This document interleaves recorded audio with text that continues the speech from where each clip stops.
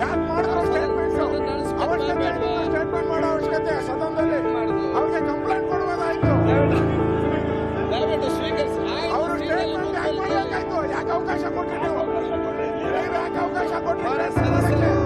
Statement ಮಾಡಕ್ಕೆ ಯಾಕೆ ಅವಕಾಶ ಕೊಟ್ರಿ? ಇವತ್ತು ಸಂವಿಧಾನವನ್ನು ಉಲ್ಲಂಘನೆ ಮಾಡಿ ಮುಖ್ಯಮಂತ್ರಿಗಳು ರಾಜೀನಾಮೆ ಮುಖ್ಯಮಂತ್ರಿಗಳ ರೆಸ್ಪಾನ್ಸಿಬಿಲಿಟಿ ಇದೆ. ಮುಖ್ಯಮಂತ್ರಿ ರಾಜೀನಾಮೆ ಕೊಡಬೇಕು. ಯಾಕೆಂದ್ರೆ ನಿಮ್ಮ ಹತ್ರ ರಿಕ್ವೆಸ್ಟ್ ಮಾಡ್ತಿದ್ದೇನೆ, ತಾವೆಲ್ಲರೂ ಕೂಡ ನಮ್ಮ ತಮ್ಮ ಸ್ವೀಕರಿಸಿಕೊಂಡು ನಮಗೆ ಸದನ ನಡೆಸಲಿಕ್ಕೆ ತಾವೆಲ್ಲ ಸಹಕಾರ ಮಾಡಬೇಕೆಂದು ಕೋರ್ತೇನೆ. ಅವ್ರು ಯಾಕೆ ಅನುಮತಿ ಕೊಟ್ರಿ? ನೀವು ಮಾತಾಡಕ್ಕೆ ಯಾಕೆ ಅನುಮತಿ ಕೊಟ್ರಿ ಮಂತ್ರಿಗೆ? ಅದ್ರ ಮೇಲೆ ಕ್ರಮ ನೋಡ್ಬೇಕಲ್ಲ ನೀವು. ನಿಮ್ ಜವಾಬ್ದಾರಿ ಇಲ್ಲ. ಮಾತಾಡ್ಬೇಕಲ್ಲ, ಇಲ್ಲಿ ನೀವೇನಂತ ಮಾಡ್ತೀರಿ? ನಾವು ಕೂತ್ಕೊಂಡೆ ಮಾತಾಡಿದ್ದು, ನೀವು ಅದಕ್ಕೆ ಕೇಳೇ ಇಲ್ಲಲ್ಲ. ನೀವು ಮಾನ್ಯ ಸದಸ್ಯರೇ, ಬೆಳಿಗ್ಗೆ ಸಂಭವಿಸಿದ ಘಟನೆ ನಮ್ಗೆಲ್ಲರೂ ಕೂಡ ಅತ್ಯಂತ ನೋವುಂಟು ಮಾಡಿದೆ ಮತ್ತು ವಿಷಾದನೀಯ.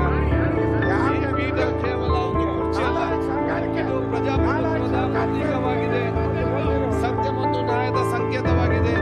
ಈ ಪೀಠದಲ್ಲಿ ಕುಳಿತು ಮಾತಾಡುವ ದೊಡ್ಡ ಗೌರವ ಮತ್ತು ಪ್ರತಿಯೊಬ್ಬ ಸದಸ್ಯರು ಈ ಪೀಠದ ಮಹತ್ವವನ್ನು ಪಾವಿತ್ರ್ಯತೆಯನ್ನು ಕಾಪಾಡಬೇಕು.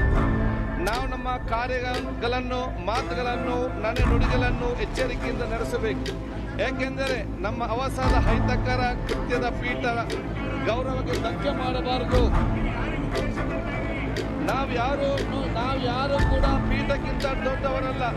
ತಮ್ಮ ವೈಯಕ್ತಿಕ ಭಾವನೆ ಪೀಠದ ಮೇಲಿನ ಗೌರವಕ್ಕಿಂತ ದೊಡ್ಡದಾಗಬಾರ್ದು.